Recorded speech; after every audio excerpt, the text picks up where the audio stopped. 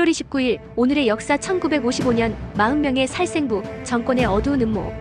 1950년대 이승만 정권의 통치 시기는 대한민국 역사에서 독특한 정치사회적 현상을 만들어냈습니다. 정치와 깡패의 세계가 경계를 넘어 융합된 시대, 그 중심에는 권력의 한 축으로 작용한 정치 깡패들이 있었습니다.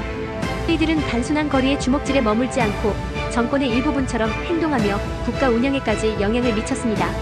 오늘 소개할 단성사업 총격 사건은 이러한 정경 유착과 그 어두운 면모를 극명하게 드러낸 사례입니다. 1955년 1월 29일 서울 종로3가 단성사 앞에서 김동진이라는 인물이 총격을 받았습니다. 그는 정치깡패 이정재의 부하로 동대문파 소속이었습니다. 사건 당시 김동진은 영화를 보고 나오던 중 군중 틈에서 튀어나온 한 남성, 같은 동대문파의 이석재에게 저격당했습니다. 총탄은 김동진의 다리에 명중했고 현장에서 이석재는 체포되었습니다.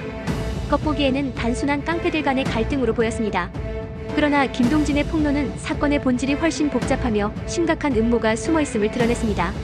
김동진은 병원 치료 도중 충격적인 진술을 했습니다.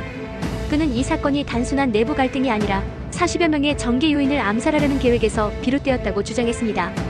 김동진에 따르면 1954년 11월 4.4.5 입개헌 당시 정치깡패 이정재는 여야 정치인과 고위공직자들을 암살할 음모를 꾸미고 있었습니다. 이정재는 김동진에게 암살 명단이 담긴 도표를 보여주며 협력을 요청했으나 김동진은 이 계획을 거부하고 경찰에 신고했습니다. 이에 대한 보복으로 이석재가 김동진을 저격한 것으로 드러났습니다. 김동진이 공개한 명단에는 당시 야당 지도자 신익희와 조병옥, 친일 청산운동에 선두에 섰던 김상돈 등 주요 정치인이 포함되어 있었습니다. 여기에 이승만 정권 내부에서도 권력의 부담으로 여겨지던 인물들, 심지어 백범 김구 암살 사건의 배우로 지목된 안두희까지 이름을 올렸습니다. 이러한 정황은 단순히 깡패들의 자의적 행동이 아니라 이승만 정권의 친일 쿠데타적 음모일 가능성을 시사했습니다.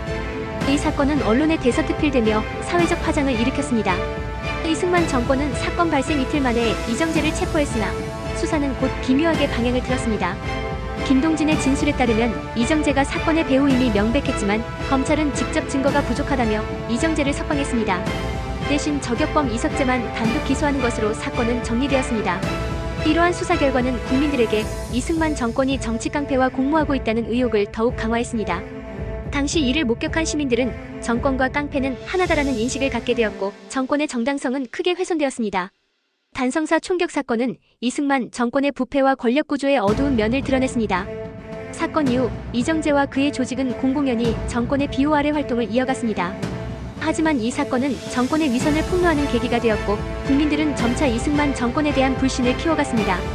1960년 4.19 혁명으로 이승만 정권이 무너지는 데에는 이러한 사건들이 쌓이며 형성된 민중의 분노가 중요한 역할을 했습니다. 정치와 폭력의 결탁은 단기적으로는 권력을 유지하는 데 유효할지 모르나 장기적으로는 민심을 잃고 몰락을 초래합니다. 단성사 앞 총격 사건은 이를 극명히 보여주는 사례로 현대 정치에서도 반드시 되새겨야 할 교훈을 남겼습니다. 오늘날 우리는 이러한 비극적인 역사를 기억하며 권력의 투명성과 공정성을 위해 더욱 노력해야 합니다. 정의로운 권력은 강압이 아니라 국민의 신뢰에서 나온다. 구독과 좋아요는 영상을 제작하는 데 큰 힘이 됩니다.